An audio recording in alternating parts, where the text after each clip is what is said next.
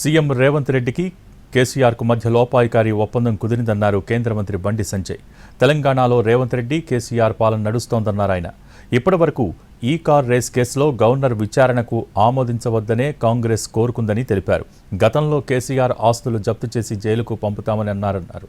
రేవంత్ రెడ్డి జైలుకు పంపకుండా కేంద్రం మీద నెపం వేస్తున్నారని ఆరోపించారు బండి సంజయ్. ఇప్పుడు ప్రభుత్వం ఎన్నో విమర్శించింది కదా, ఇప్పుడు చెప్పాలి, రాష్ట్ర ముఖ్యమంత్రి సమాధానం చెప్పాలి, ఏం చేస్తారన్నది. ఇన్నో గవర్నర్ ఆమోదం పర్మిషన్ ఇవ్వద్దనే కాంగ్రెస్ పార్టీ కోరుకున్నది. ఎందుకంటే బీజేపీని బదనాం చేయాలి. ఎందుకంటే వాళ్ళ మధ్యలో ఉన్నాయి కదా, దోస్తాను ఉంది కదా. 2 సంవత్సరాలే రాష్ట్ర ముఖ్యమంత్రి గారు ఏమన్నారు, ఎన్నికలకు రాకముందు మొత్తం ఉన్న రికవరీ చేస్తా, ఆస్తులు జప్తు చేస్తా, దున్నిస్తా, కేసీఆర్ కుటుంబాన్ని జైలుకు పంపుతా అన్నాడు. కనీసం జైలు కాదు, కనీసం వాళ్ళు ముట్టుకున్నటువంటి పాపన పోలే. లోపాయికారి ఒప్పందంతో ఇవాళ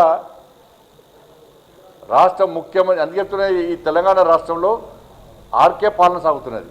ఆర్కే రేవంత్ రెడ్డి కేటీఆర్ పాలన కొనసాగుతున్నది. అది తప్పించుకోవడానికి మా మీద